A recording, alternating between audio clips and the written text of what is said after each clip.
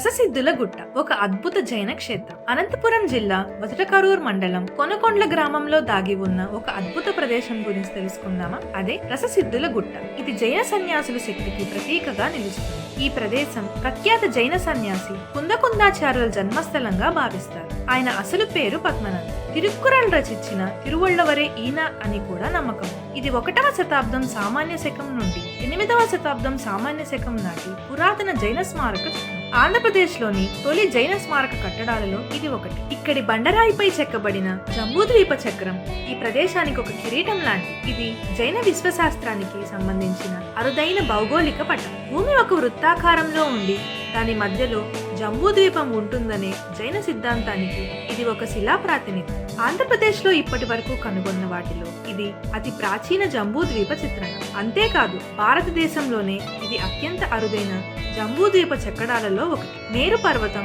నవదీవులు, సప్త సముద్రాలతో కూడిన జైన విశ్వశాస్త్రం వివరాలు ఈ చిత్రంలో స్పష్టంగా కనిపిస్తాయి. ఈ ప్రదేశంలో జైన శిల్పాలు, పురాతన జైన చెక్కడాలు, శాసనాలు, గుహలు వంటి అనేక జైన ఆనవాళ్లు చెల్లాచెదురుగా కనిపిస్తాయి. పురావస్తు శాఖచే రక్షించబడుతున్న ఈ అద్భుతమైన ప్రదేశం మన చరిత్రకు, సంస్కృతికి ఒక అమూల్యమైన సాక్ష్యం. మన అనంతపురం ఈ చారిత్రక సంపదను కాపాడుకోవడం మన అందరి బాధ్యత. ఈ అద్భుతాన్ని సందర్శించి చరిత్రకు సాక్ష్యంగా నిలవండి.